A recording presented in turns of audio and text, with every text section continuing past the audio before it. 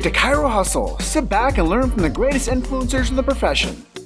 This week's episode is brought to you by Imaging Services, ChiroThin, Chiro Moguls, Mahalo Wellness, Local Gold, Chiro Health USA, The Goodman Factor, Chiropractic Rocks, Winner's Edge, Accident Records, Chiro Tax Pro, Full Script, your online dispensary, Angela Pearson, author of I'm Not Contagious, and Digital Hustle. Let's hustle. Hey guys, welcome to episode 176 of the Chiro Hustle podcast. I am your co-host, Luke Millette, and here is your host, Jim Chester. So today we had the opportunity of interviewing Dr. Rich Vanderloo out in Portland, Oregon. If you want to know more about how a second-generation chiropractor can thrive, stay tuned. All right, so we are live here with Dr. Rich Vanderloo coming in from Vanderloo West Chiropractic out in Portland, Oregon. And this is the Chiro Hustle team. Luke is there, Jim is here, and this is episode 176. And we just celebrated our third year of running this amazing show, keeping free speech alive in the chiropractic profession. Congratulations. Yeah, man. I kind of feel like we've kind of arrived, and it's taken 3 years for us to get here. Yeah. So being a chiropractor, and I know your story quite well because we've been friends for over a decade now, and I've gotten a chance to see you from being an associate. This guy is actually one of the people that taught me how to become a screening machine. Rich, I came out to Portland and I'm like, dude, I want to learn how to do this the right way. You actually showed me the proper way to communicate with people inside of like an event. And I started communicating with people. And before I knew it, I was like taking your skill sets and your teachings and helping a lot of people. So thank you for doing that for me. Well, thank you for visiting. I remember that trip specifically where we did some screenings together and helped me to, help teach you, So yeah, and I just put my head down and just ran through a bunch of walls after that, and did 600 events in 2.5 years, and fell in love with that service. And if it wasn't for you taking a chance on me and letting me come out there and do those 3 events that weekend, I don't know where I would have been, and I don't even know if we would have actually been able to do what we're doing today with Chiro Hustle. So those fundamental days are so important for me. Yeah, great memories. So knowing you so well, tell people your chiropractic story. I know that's what a lot of people get excited for our show, is to hear like the different storylines from the practitioners that we can, feature. So tell people that story and what got you into becoming a chiropractor. Well, I was raised by a chiropractor. My dad graduated Palmer Davenport in 1972. And he raised me. And at first I didn't think I wanted to be a chiropractor. I was out in Colorado going to college for business. And my dream at one point was to have like a record store, shoe boutique, with like snowboards and like, just like a cool store, And then I had this epiphany that was just for materialistic gain. And, I kind of got in touch with myself and, kind of did some soul searching. And I was like, there's something deeper than this to life. I've got to do some searching here. And so I looked at, my dad and my grandparents and my uncles and, what were those guys doing? And so by far, my dad just stood out to me in the chiropractic profession. And, he holds the key to the city of Waterloo, Iowa. And he's just very deeply loved and respected. And plus I see all the people he helps, or, how many people he helped back then.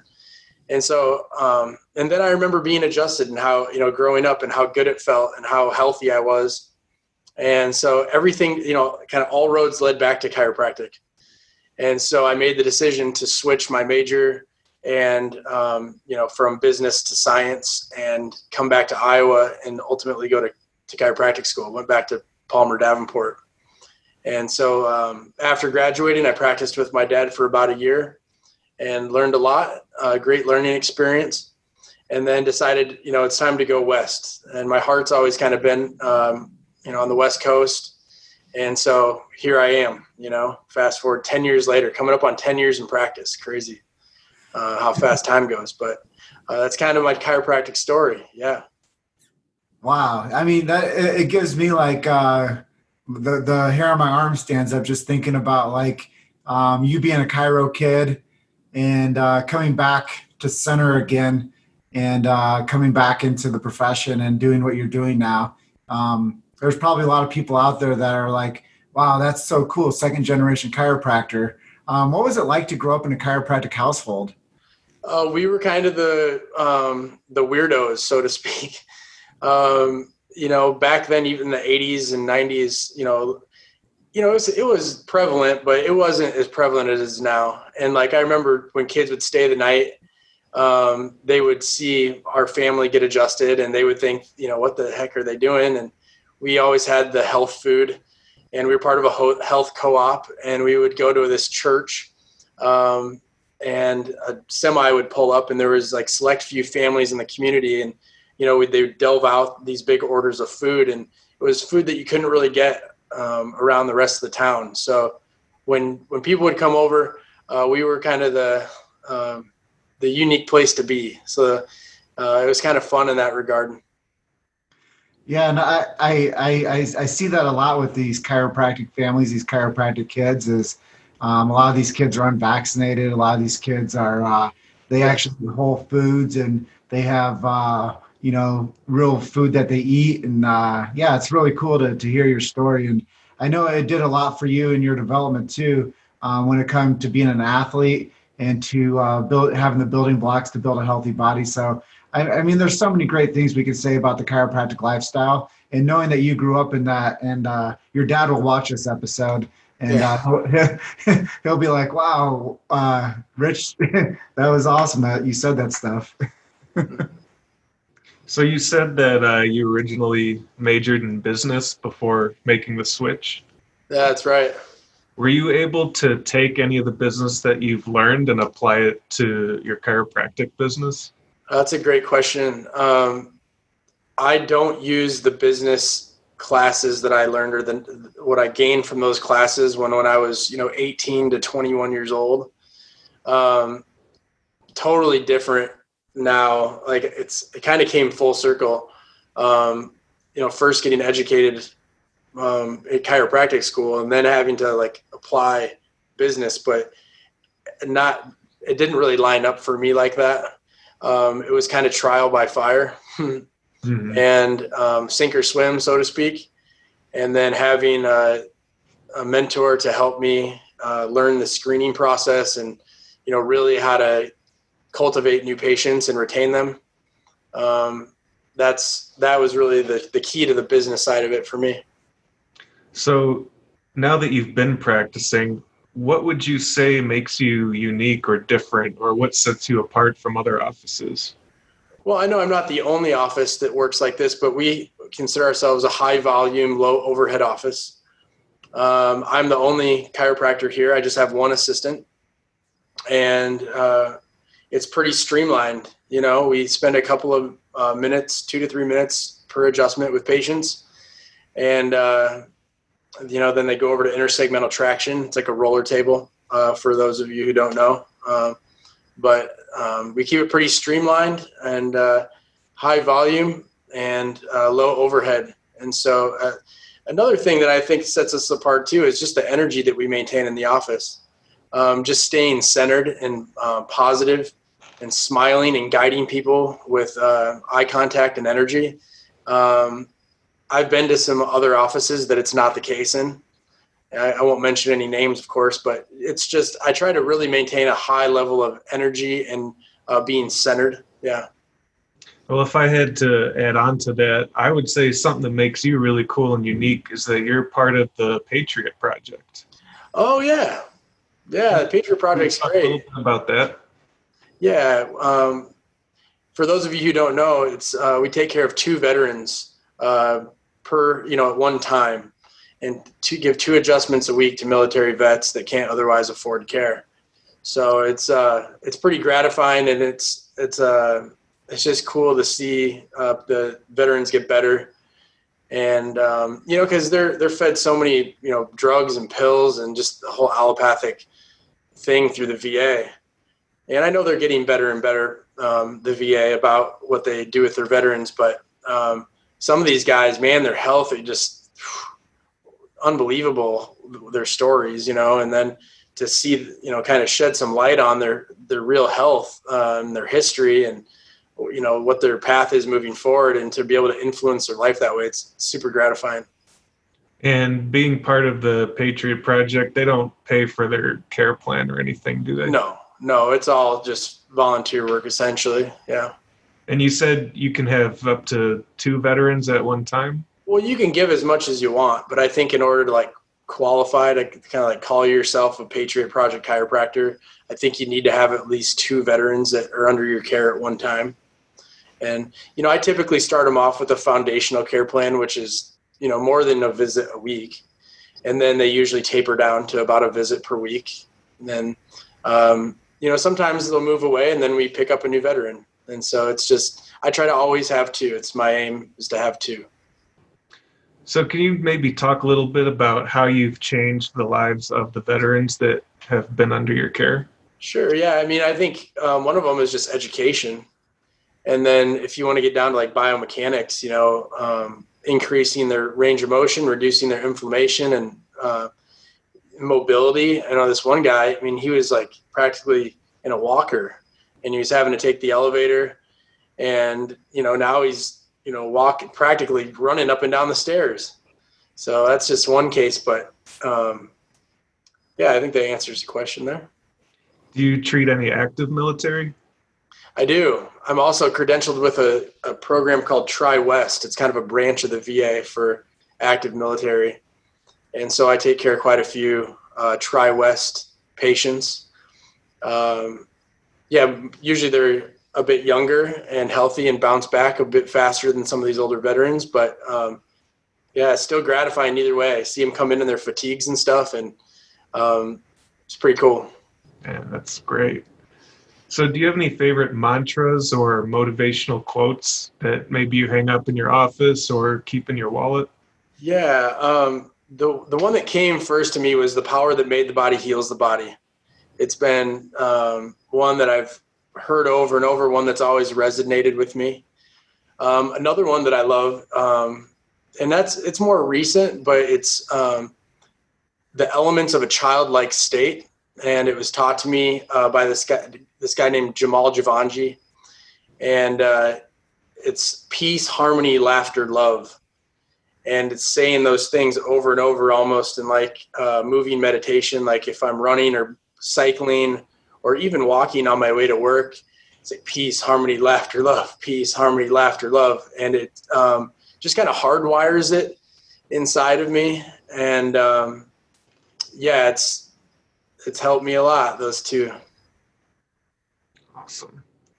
So how do you think the world would change if every person started getting regular chiropractic care instead of the smaller percentage they're seeing now? Oh my goodness. It would change the world so much. I mean, ultimately from the outside in approach to the inside out approach. And I think, I know people's awareness would elevate, and they'd be more in touch with themselves and also with the environment. And when I think about that, I get goosebumps, because I think that chiropractic is one of the real answers to improving the world that we're in. And it's probably not coincidental, but look at our healthcare system and how it's outside in. And with us, chiropractic, it's inside out. And if we just apply that one simple principle and actually live it, the environment, everything, our health, the global consciousness would totally change. And It's earlier when you were talking about when you get out of school and what we do differently, and it's either sink or swim. here's a little interesting story about me. Is one of my brothers actually taught me how to swim, and he actually taught me how to ride a bike. And his name's Dennis. And Dennis, he actually taught me how to swim by throwing me into the deep end of a swimming pool. And then he taught me how to ride a bike by putting me on it and not teach me how to brake it or put brakes on. Did he So push you down a hill? no, but he got me pedaling, and the way I stopped is I ran into a parked car and flipped over the handlebars. So a lot of things in life are by force, and sometimes in chiropractic, like you're saying, like a chiropractor gets out of school and they don't have the skill sets to know how to run a business, and we see that very common. And I know that a lot of times we have to learn how to mentor and find good people to teach us this business acumen. Who are some of your mentors that helped you learn some of these skill sets on becoming a better chiropractor and actually running a business? Well, there's two. So my dad, he really taught me how to become a better chiropractor, like a better practitioner, and how to gain rapport with people, how to communicate with people. But he was so far into his career that I really feel like he had his hand off the pulse of the actual day-to-day business stuff. Sorry, Dad, when you see this, but he's 100% love and patient focused. And then when it comes to the business stuff, when I got out of school, I was just so hungry for it. I was like, I got to learn all this stuff. And there was a disconnect there. So once I transitioned out of his office, and I found Aaron Gillespie at Core Chiropractic in Vancouver, Washington. And he really was into the business. And I believe he learned under Fred Schofield, Mochichu. And, I then trained under Aaron and learned, I learned a lot about, treatment of patients too, and adjusting technique, that's for sure. But the number one thing I can say is he taught me the business of chiropractic, and he introduced me to Singer and his screening techniques. And those have been my influencers for sure. Yeah, my dad and Aaron Gillespie, 100%. Dude, it's so cool because I remember coming out there and visiting you once again in your early career, and just kind of like seeing how you're maturing.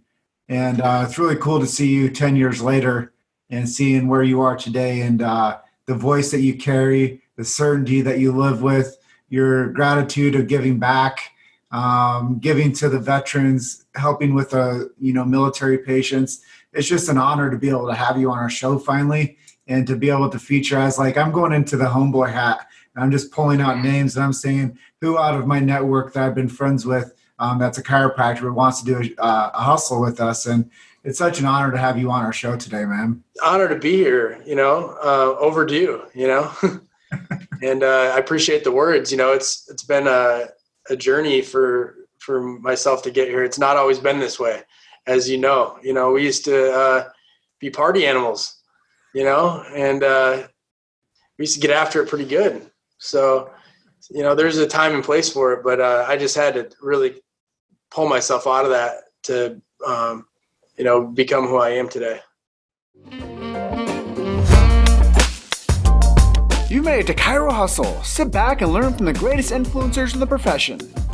This week's episode is brought to you by Imaging Services, ChiroThin, Chiro Moguls, Mahalo Wellness, Local Gold, Chiro Health USA, The Goodman Factor, Chiropractic Rocks, Winner's Edge, Accident Records, Chiro Tax Pro, Full Script, your online dispensary, Angela Pearson, author of I'm Not Contagious, and Digital Hustle.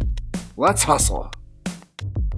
Well, who you are today, and this is perfect in future pacing, where do you see the profession going?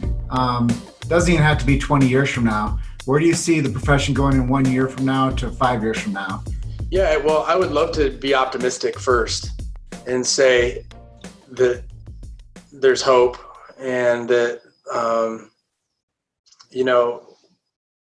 I would like to say that. In reality, from kind of what I've heard and in my experience, is that the chiropractic schools are teaching an outside-in approach. they're teaching a medical model of chiropractic.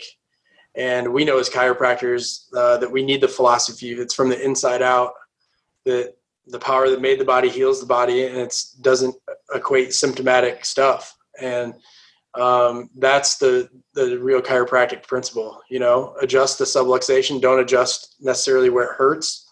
And, for me, even going to Palmer, they were teaching a medical, although we had philosophy, we were being taught a medical model of chiropractic in the clinical setting. And, it's disappointing to see, but that's where, my general thought when I saw that question is, even though it's sort of negative there, we should, as doctors and people who know the principle, and you guys too, spread the word and take these students under your wing and educate them about the green books and about the philosophy. And if we do that, and if we can work with the schools, I think the future is really bright.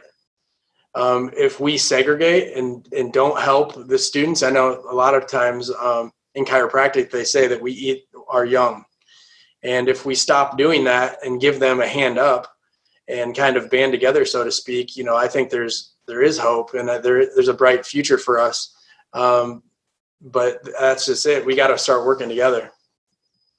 Yeah, I think a lot of it is philosophically based, and it is taking the power back from the education. I've talked to thousands upon thousands of chiropractors since we've been on this movement. And I'll tell you one thing that a lot of chiropractors will tell me is they didn't learn how to adjust in school. Even the people that have been practicing for 20, 30 years, they're like, we learned how to adjust after we got out of school. So, one of the questions I really want to start asking people in our segments of our questionings is, how important is the adjustment to chiropractic? It's 100%. It's the adjustment's everything. You got to find the subluxation and get it moving, take pressure off the nerve. And so I know there's more to it than that, obviously, but you have to be good with your hands, and you have to understand the body, and the adjustment's everything. Yeah. And, I think this is a Clarence Gonstead quote. He said, find it, fix it, leave it alone. And I think that's a lot of what people need to hear. And that's why I want to reiterate those types of statements, because people might have heard that once before, but it might not be in their heart. And one of the things that we do so well is with our charisma of being a team, we get a chance to get into people's psyches. We get a chance to give people a mantra that they might believe in, and give them some tools from the resources that we create with these interviews. And so many times people may have heard something once, but it doesn't sink into their heart. And I do think that when chiropractors think about this profession, they need to think about find it, fix it, leave it alone. The body needs nothing extra in it. It simply needs no interference. And when those types of things ring true, those are the parts of the profession that are so beautiful to me, that made me want to continuously put out content and to support chiropractic, because some of these things aren't, they're not common. And chiropractic is not a common message. That's why so many people want to own chiropractic, because it's such a vast knowledge base of a healing art. And, the PTs want to own it. The MDs want to own it. Everybody out there wants to own it. But chiropractic, the reason it stands alone is because it stands on science, philosophy, and art. And it might, pull from some of those other types of medical models, but chiropractic has always been about the adjustment. It is the truth about that. Yeah, it's the truth. And, that's why we create films and we create content and we, campaign for chiropractic, because I honestly thought, when I got into the profession 10 years ago, that right now today, chiropractic would be the port of entry for the healthcare unit. And I actually thought that chiropractic would be the most important part of healthcare going forward. And I thought I was ahead of my time. I was like, dude, I'm creating content that's going to eventually it's going to position Luke and I as the leaders in the natural health world, as the messengers. And that's really why I wanted to hit it as hard as I did when we did, because I'm like, eventually people are going to wake up and they're going to say, I want that stuff. Yeah, stay after it. And I plan on doing the same. And we do need to really band together. I mean, I've heard it since, in every chiropractic seminar pretty much I've ever been to, but, sticking together, bringing each other up, empowering each other. Cause so many times, there's different philosophical differences or, there's technique differences and, but as long as the intent is to help the person with chiropractic, and then, building together instead of ripping each other down, Well, do you actually believe this statement that you probably heard since your first seminar? There's never been a better time to be a chiropractor than now. I've heard that a lot too. Yeah. Do you still believe that? 100%. Yeah, it is the best profession. I mean, there's so many, the positives and the pros so outweigh the negatives or cons. It's the most gratifying thing to be in this profession and to be able to work with people, and just the amount of trust that someone has to, let themselves be adjusted by your office it's an honor. And then to see someone get well without drugs or surgery. And, as chiropractors, we see these miracles and they happen in every office that everybody sees them, and it's amazing, So, we just got to stick together. So what are some of the challenges you've had to overcome to get to the point of having a successful practice? Well, just getting into my own practice. I mean, it's like student loans are a big one that held me back. And that's a big obstacle, is the student loans. But just convincing the banks and the people around me that I was ready for it. And, I think I asked, well over 10 banks or, institutions to help me with the loan to buy the practice. And it's just, you can try to sell them and talk to them until you're blue in the face, and until you can have the numbers behind you. It takes some I had to beg, borrow, and steal to get into this office. And I'm so happy I did. It was a big risk, and it's a risk for those around me to support me. But, I got my shot. And when I got my shot, I was like, there's just no way I'm letting this go ever. And 6 years later, we're still here. It's gone by like a blink of an eye, but, I feel very blessed that I have been able to overcome. And, there's obstacles all the time, but I think the biggest one has been the financial piece to really get here. That's probably been the number one. Well, a lot of times when people meet me, I just kind of get a chance to break bread with people, and I get a chance to meet a lot of people, like I said. And seeing you today, man, you're one of my chiropractic heroes. Seeing what you're able to accomplish and seeing you actually go out there and do this damn thing and do the work and, be able to step into your own. And I know that, when you step into your pain and you're like, I'm going to do this, and there's no looking back, I'm burning the ships. And that was a burning the ships moment for you 6 years ago. And just, what you've been able to accomplish, I'm just so proud of you. And I've seen you come full circle from being the guy that was wandering and wondering what the career meant to now to be this solid practitioner that's a beacon of light for your community. It's just it's so cool to see, man. Thank you very much. That's an honor. So tell us about some of your marketing. How do you get your name out there to your audience? Social or digital? Yeah. Or old school? Well, in my experience, for me, social media has not been effective. And prior to COVID, it was just getting out to community events, conventions. I like to do I golf. So I like to go to the golf show, and I could talk to people all weekend if I wanted to spend time there, or, have someone out there that knows chiropractic talk to people. But ultimately, the biggest marketing tool was me talking and getting my hands on people at these different events. And whether it was one a month or two a month or one every other month, there was different frequencies all the time. But just, getting out there and getting my hands on people and talking the chiropractic message, that's the best thing I've ever done as far as getting, a number of new patients at one time.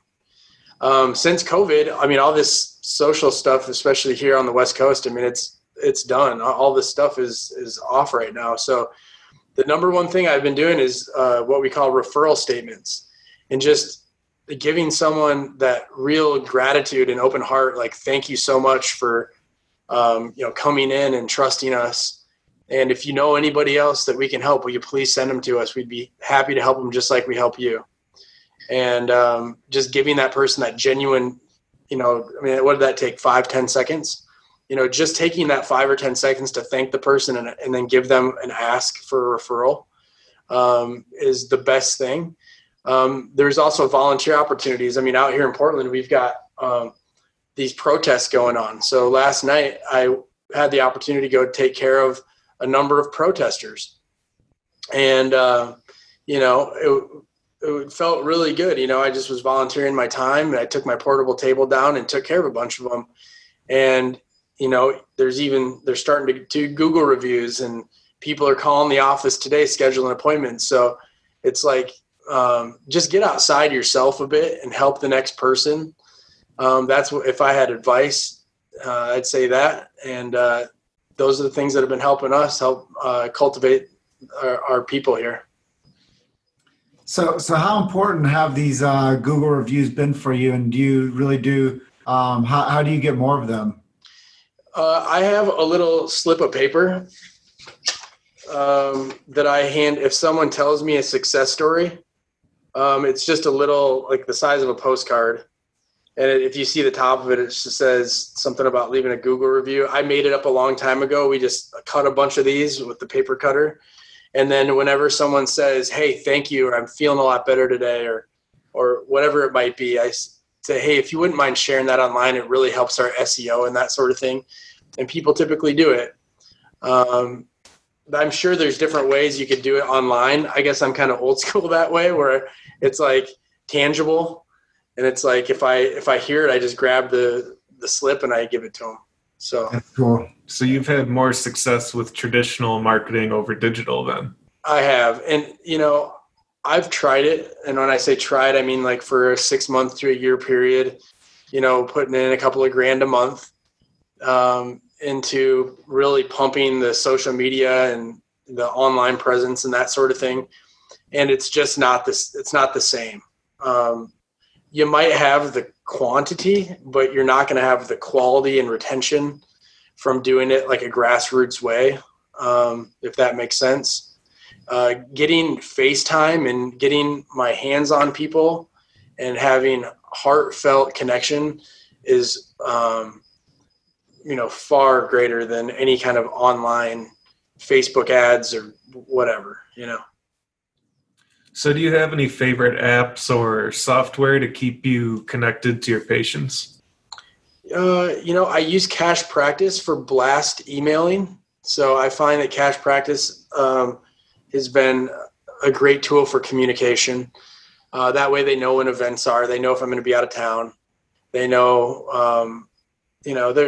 I think Cash Practice even sends out like a birthday greeting, and we give them a discounted adjustment for their birthday. And so that's what I use for that. As far as like other apps and stuff, I use Facebook and Insta for, I post pictures here and there, or if we're having an anniversary open house, or, if there's something going on, I'll post something about it. Well, there you go. Cash Practice. Let's run a referral program for if you've had a good experience at Vanderloo West Chiropractic. Send out that email and say, hey, we want you to send in somebody we can help. But I think that you're so spot on. Is each person finds a strategy that works well for them, and you have such a charismatic character that when you do get a chance to get in front of people, you win people over. And then when people are actually able to get care from you, they want more of that. So I think that is a good way when people watch our show for each person to learn like what works as a marketing segment for each practitioner. It's different for everybody. Mm-hmm. And, if I was out there and I ran a practice, I'd be like, dude, I just run 20 different marketing events a month and I go out there and meet people. And that's what I would tell somebody. I'd be like, but now this COVID era, it makes it extremely hard for people to go do community outreach events. But I would tell anybody, like from like the jump, like go out there, meet your community, get in a BNI group, start meeting professionals in your network, in your world, in your community. Chamber of Commerce, a young professionals group, actually get out there and shake hands and like introduce yourself to people and become like personable. I think that any chiropractor that's young, especially, they have to leverage that word of mouth and that community connection style marketing. And what you're saying is so spot on. Go out there and get outside of your comfort zone and take care of people and tell people, hey, my clinic's 3 blocks that way. Come on over. And if you have a good experience, tell your friends, And I think that's so old school Fred Schofield. Like, hey, did you have a good adjustment today? Tell 3 people. Here's whip out card Monday or whatever he does. He's like, work 4 cards Monday for referrals. Like, give out the cards. Like, did you have a good experience? Give these 4 cards to people and tell them how awesome it was. Mm-hmm. Yeah, it works too. Yeah, the heartfelt ask will work every time. It's awesome stuff, man. So let's talk about you personally a little bit. When you're not, saving lives, what kind of books do you like to read? Do you listen to other podcasts? And what are some of your hobbies? Well, I have been kind of on a self-improvement kick lately. So I have been reading like The Power of Now by Eckhart Tolle and The Untethered Soul by Michael Singer.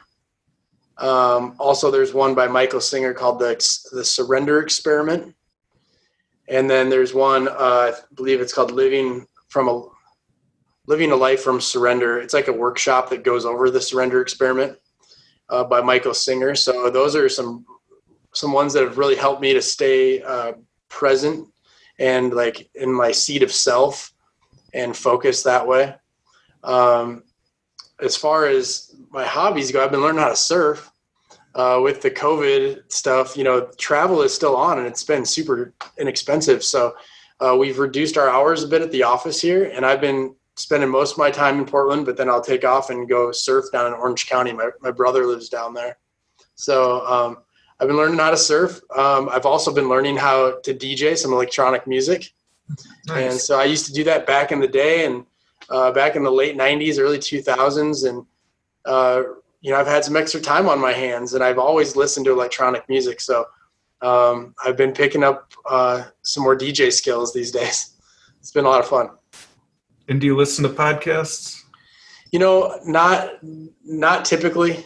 Joe Rogan is one that I'll listen to every now and again, and I've caught your guys' podcast, a couple of times. But I guess I haven't caught the bug yet. So if people wanted to learn more about you, what websites or social media links could you give our listeners? Yeah, my website's vanderloocchirowest.com. And that's probably the best way to get a hold of us, or just, Google Vanderloo Chiropractic West. And, all of our stuff is on Google, of course. That's good, man. Well, at this juncture in the episode with our guests, is there anything we didn't ask you that you'd like to share with our audience today? Not really. I mean, we covered a lot of it. I just am very grateful. I guess when I think to our current circumstances in the world, I would just say, remember, this whole thing is happening for us. It all depends on how we look at it, and to stay grateful, because things could always be worse.